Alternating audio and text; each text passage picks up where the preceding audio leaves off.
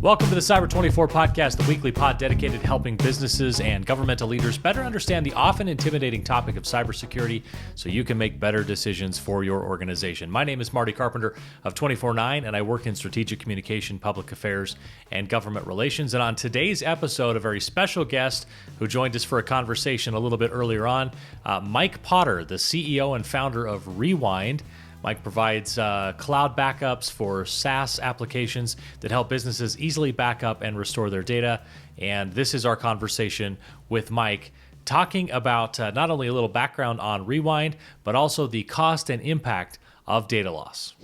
There's no way I did justice to your company there, Mike. So why don't we start by, first and foremost, tell us a little bit about yourself, your background, and Rewind. Yeah, sure. Sounds good, Marty.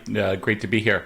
So as you mentioned, my name is Mike Potter. I've grown up in Ottawa, Canada, most of my life. Did a university degree in mechanical engineering. As a lot of people did some web development in university as the internet was sort of coming of age.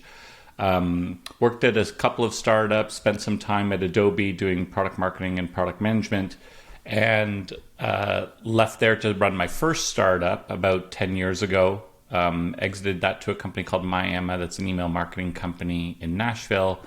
And then a few years later started Rewind, which, as you mentioned, is a company that does backups for SaaS applications. It's a cloud-to-cloud backup provider for SaaS apps like Shopify, BigCommerce, QuickBooks, GitHub, Trello, and a bunch of other platforms that we've got on the roadmap. Mm-hmm. I always love to ask the business questions. Overnight success, or took you a little while to kind of build the momentum? It took us quite a long time, actually. We worked on it part-time, nights and weekends, for about 18 months before making enough money to move full-time. And then from there, the business grew quite well, especially in its first sort of couple of years in business. And today we're a team of just over 100 people located all across Canada doing backups, like I said, for all those different SaaS services. But initially it started as a sort of side projects doing backups for Shopify store owners. Yeah. Well, very interesting stuff. And your background there in backups is exactly why we have you here today, to get a little bit more insight on our topic, the cost and the impact of data loss. So, according to a major report by Oracle and the analyst firm ESG, 49% of organizations who used SaaS tools encountered some kind of data loss. So help us understand, what is the cost of data loss? Yeah, I mean, let's start with what is data loss in the cloud, because I think a lot of people sort of assume that as you move to the cloud and you move to SaaS services, that the backups that those SaaS providers have is useful if something happens to your account.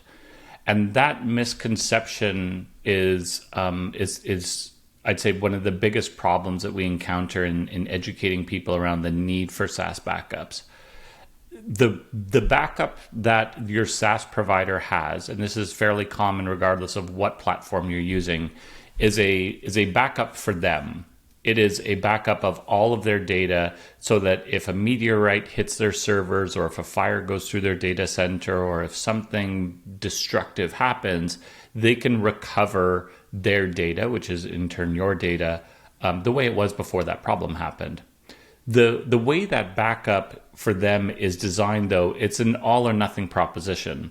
So it's a backup of their entire system. So if the entire system has a problem, that's fine. They can recover from it. If your account has a problem, and just your account, that responsibility is your responsibility to secure your data. It's called the shared responsibility model, where the platform provider, whatever SaaS provider you're using, has a responsibility for their data, but you have a responsibility for your data.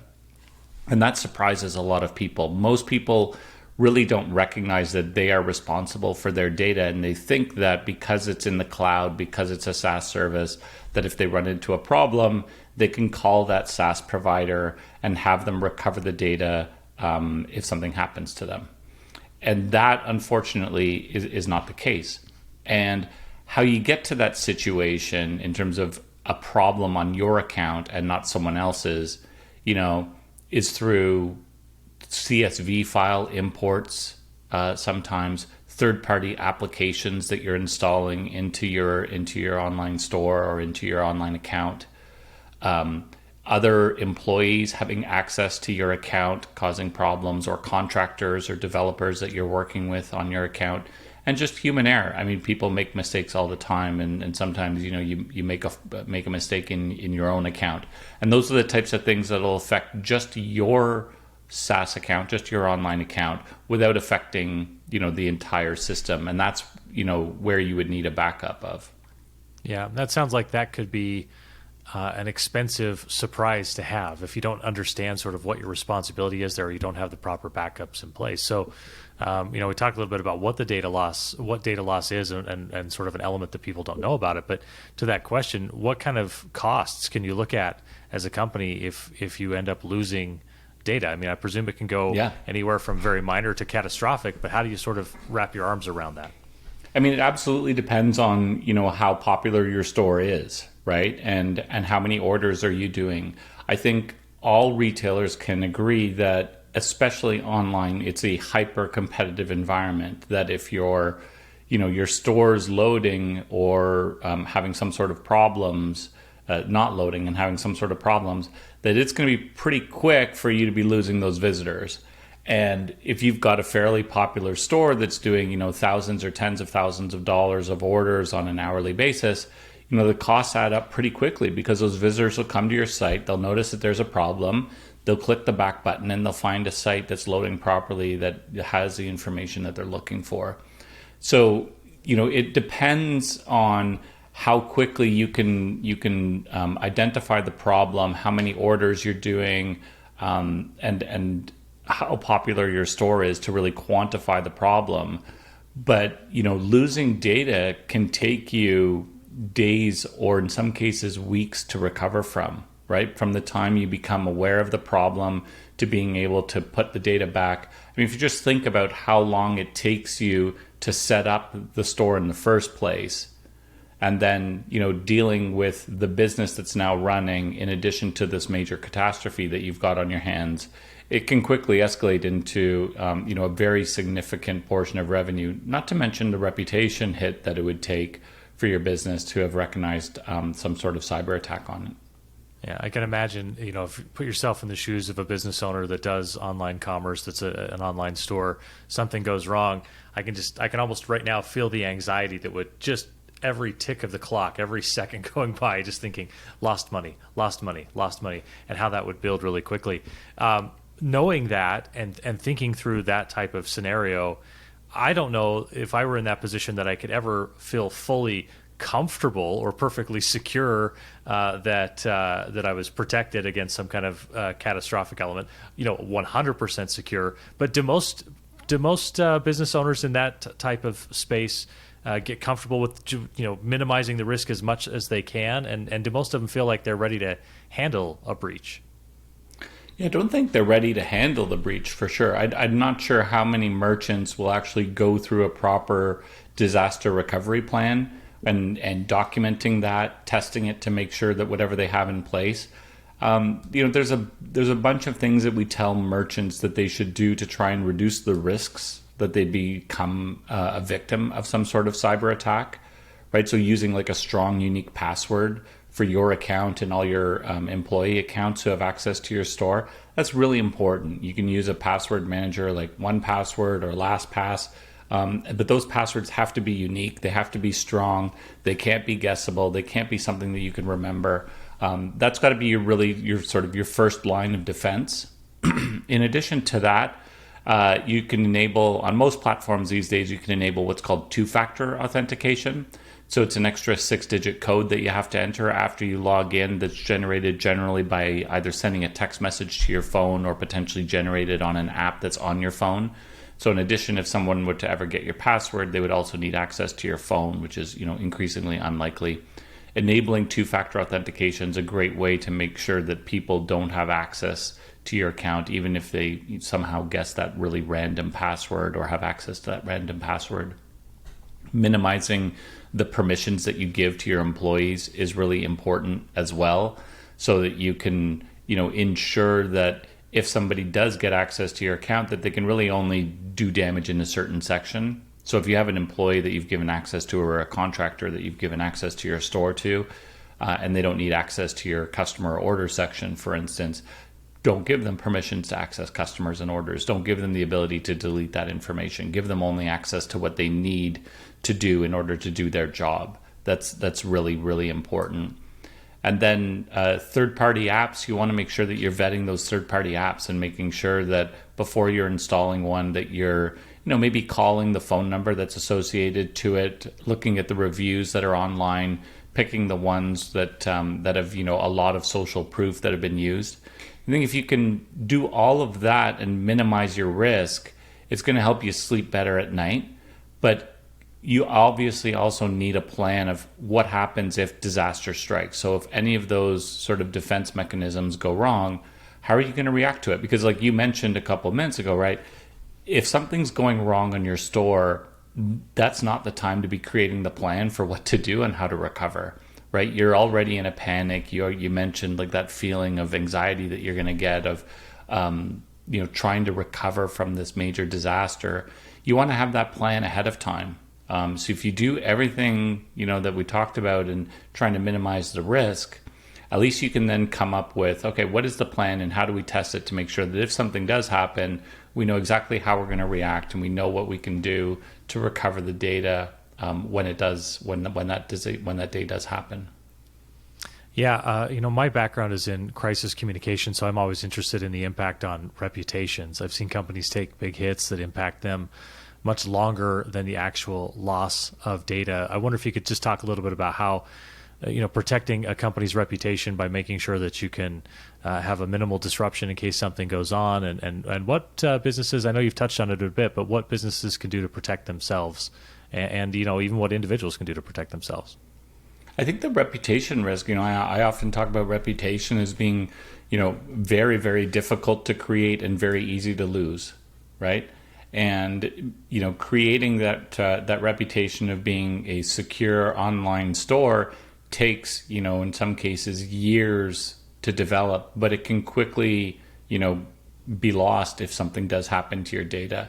The other part that I think is sometimes overlooked is the reputation of an agency that has helped you build your store, right? Because I think a lot of people are looking to these experts, design agencies, development agencies, as experts. Like they are the ones that are helping them build the store. And if you're running an agency and helping somebody set up the store and you haven't properly helped them secure that information, and yet that it's a problem, I think that's a major risk to your reputation as well.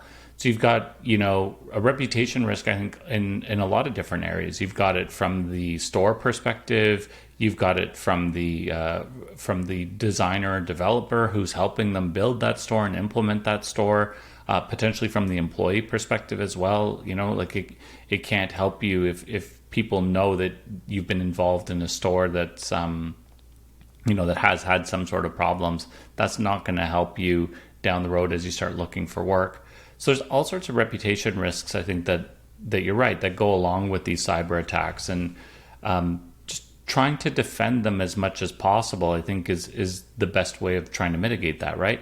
So doing the things that we talked about in terms of using strong passwords, in terms of using two-factor authentication, really minimizing the risks, but at all times having this backup in place in case any of those in case any of those mitigation items fail, I think is really important, so that backup as a last resort is there in case you need it. And obviously you hope you never do. You never want to be going through that situation, but taking the proper steps to secure your accounts is really the easiest way of avoiding some real disasters that we've seen.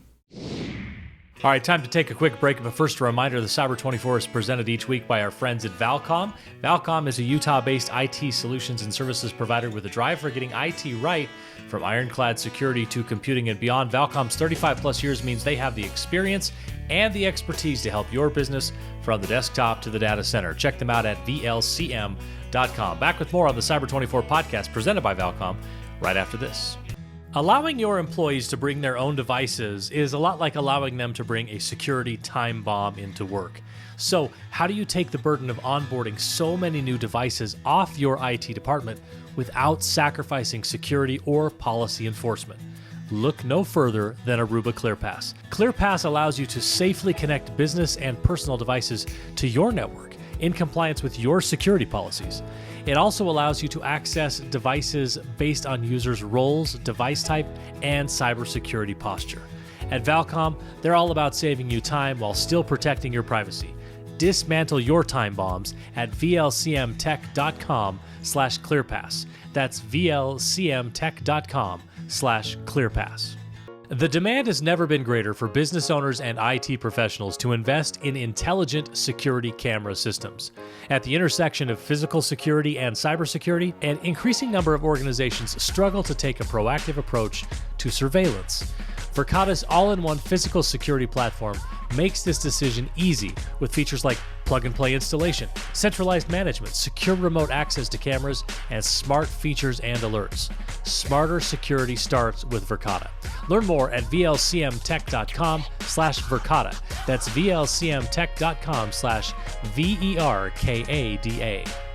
All right, welcome back to the Cyber 24 podcast presented by Valcom. We now continue our discussion with Mike Potter, the CEO and founder of Rewind. Is there a general rule that shows the benefit of investing in security compared to the cost of recovery that you've seen in your experience or developed in your experience? I think the biggest problem that you've got is that, you know, a lot of people look at the disaster side like they're very confident that it's not going to happen to them, right? And we talk to people all the time who have that mentality that, well, this isn't going to happen to me. This isn't going to happen to me. It hasn't happened to me in the past. The reality with a lot of these mitigation systems is that you have to have them in place before the disaster happens. So for our product in particular, for Rewind, for example, like Rewind is not helpful to you if you install Rewind after you've had some sort of cyber attack on your site. It's not useful. We don't have the data. We can't recover it for you. You have to have installed it before the problem happens. And you can go months or years without anything ever happening to you. And that's a difficult thing for people to sort of comprehend, right? I think back to, you know, we've gone through, what has it been now, 16 months of this pandemic. And if you think back to the person who 24 months ago was buying N95 masks, right? 20 months ago, they would have been looked at as like, why are you wasting all this money buying N95 masks? Like, we haven't needed them. You've been spending, if they spent years buying them and acquiring them and stockpiling them.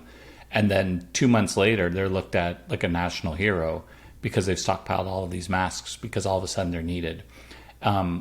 We actually have a story similar to that of one of our employees who was running an online store, installed Rewind really early, you know, not just based on her own knowledge of what was needed.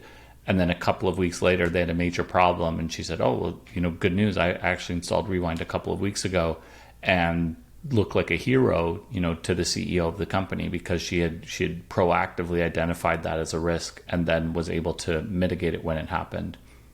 Mm-hmm. So I don't think we haven't done much research, I'd say, on the costs associated to it and the sort of the trade-offs and things like that. But I mean, it's sometimes, you know, difficult to get people around that notion that, listen, like, this is a tool that you have in your back pocket in case something happens. And it's in some cases like a bit of an insurance policy that you're paying. When you need it, it's going to work. It's going to work out great for you. You're going to love it. But hopefully, obviously you never need it, but it is there if you do. Yeah, your best case scenario is that you always pay for the insurance, and then you end up just wasting the money because you never actually need it because the disaster never comes. Right. But you definitely do want it when that does pop up. You're glad to have it. How have you seen companies evolve as it relates to mitigating risk related to data protection and business continuity? I think there's definitely more awareness of problems these days than there were, you know, when we started Rewind 6 years ago. You know, even SaaS backup 6 years ago was a relatively new thing, but these days you've got very large companies that have built very successful businesses doing backups for SaaS applications, whether that be us doing backups for the platforms we support, or others doing backups for Salesforce, for Office 365, for Google Docs, etc. And I think what happens is, as time goes on and more people experience the problems and they understand that the solutions are available, they talk in those communities that they're in, and they let other people know about the risks, and they help educate the market. And that's certainly what we've seen in the case of our e-commerce backup products, which is in the communities that we participate in. So Shopify and BigCommerce in particular, where merchants are gathering, many of them have experienced problems. Many of them have used Rewind to recover from those problems. And over time, they discuss it and they let other people know that, hey, maybe you didn't realize this was going to be a problem, but it absolutely is, and this is a tool that you can use to help recover from it. So compared to what we saw 6 years ago, 5 years ago when we first started, there's absolutely more awareness of the problem. There's more discussions because people have encountered the problem and used tools like ours to recover from it. I think generally speaking, the incidence of cyber attacks have gone up in the last year and a half as well. With some fairly high profile attacks that have gone on with some fairly well-known systems. The general awareness and risk, I think, has gone up of what is the impact, what's the potential impact of a cyber attack on our business. And I think people are starting to get more prepared and really realize that this is absolutely a potential thing that can happen to a business, and it's just part of a general risk mitigation strategy to be prepared for something like that. Yeah. I've noticed that there's a trend that data protection tends to get more expensive over time. Do you see anything that makes you think that costs are going to plateau or even decrease at some point in the future? Or are we just looking at continual increases in cost? I think it's a tough question to answer, because I think, in general, once we've protected some piece of information or some piece of data, I think the attackers will discover other vectors to go after. And so I think that's what sort of causes the cost to increase, right? As you protect one area of your business, another vector opens up, right? It's a bit of this principle of like the least secure part of your business is the one that's going to get attacked. And so as you secure that, another sort of hole opens up somewhere else, and now you have to secure that. So I do see that, that potential of costs increasing over time. I think that's a reasonable assumption because there's just more vectors to take care of. On the other hand, the costs of building the software and developing the software in general have leveled out. Like, we haven't increased our costs or our prices for customers since we first started the application like 3 or 4 years ago, or 5 years ago now. So I think generally costs have sort of stabilized in terms of what we do, but absolutely I see lots of opportunities for people to be increasing the amount they're spending on protection, because there's so many different ways that you can be that people can attack you. Yeah. As we wrap up this part of our discussion, what advice would you give a business looking to protect itself against data loss? Obviously, we've covered a lot of good things so far, but if you had to sort of sum it up for somebody, what's that nugget of advice that you'd start with? I'd say, it really, I think, starts with securing your account, right? So enable, make sure you've got a random password. We mandate the use of one password at Rewind internally. If you're not using a password manager, you absolutely should be using a password manager. You should not be able to remember or guess, the login credentials for whatever account you're using. And quickly enable two-factor authentication. It's not that difficult.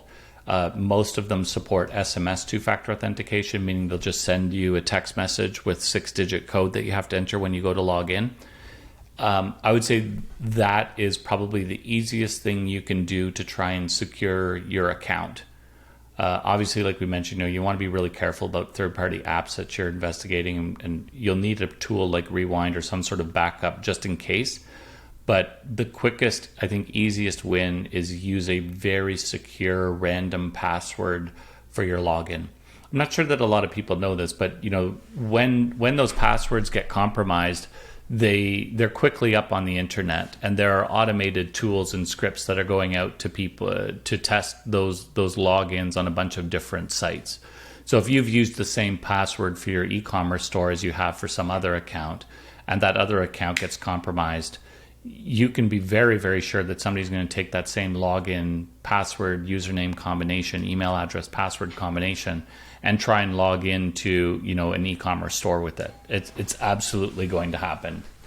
So making sure you're using a unique password, I think, is one of the easiest things you can do to avoid somebody getting, inadvertent access to your online accounts. You've mentioned a couple times the password managers. What's your take on the built-in ones? If you're using Chrome, where Google will generate or store a password for you, Apple will do that on Safari. Do you like those, or do you still prefer a third-party setup, and why, if that's the case? Generally, we're preferring a third-party application over the built-in ones in the browser. We tend to find that the built-in ones don't have the same level of security that something like a 1Password has, for instance. So I won't get into the technical details of how it works, but we do see that the 1Password or third-party applications are more secure than the ones that are built into the browsers. Having said that, if there's always a trade-off between security and ease of use. And if you find that using 1Password is a bit too difficult, certainly the in-browser ones are better than using a password that is, easily guessable, that you've written down on a sticky note that's attached to your monitor. But in our opinion, and after the research we've done, we have found that the external password managers provide a better level of security than the built-in ones from a browser perspective. All right, a great conversation with Mike Potter, the CEO of Rewind, on the cost and impact of data loss. We're going to have more with Mike coming up in our next episode, where we're going to talk about e-commerce a little more specifically. As we wrap up for this episode, I want to thank our sponsors at Valcom. At Valcom, you get much more than a dedicated IT retailer. They become an extension of your IT team. Whether you're a startup or an enterprise, Valcom has the technical, sales, and engineering expertise to make your business more effective and more productive. Check them out at VLCM.com. That's VLCM.com. Special thanks as well to our supporting partners, the Utah Department of Technology Services, the Kemp C. Gardner Policy Institute, Secuvant, the Utah Attorney General's Office, and the Utah Department of Public Safety. You can follow us on Twitter at cyber24_, or you can follow us on Facebook as well. Hit us up in either place. Let us know what you think. Or if you have a topic you'd like us to discuss on a future episode, you can also rate and review the podcast on Apple Podcasts. We love those 5-star ratings. Thanks, everyone. Have a great week, and stay safe online.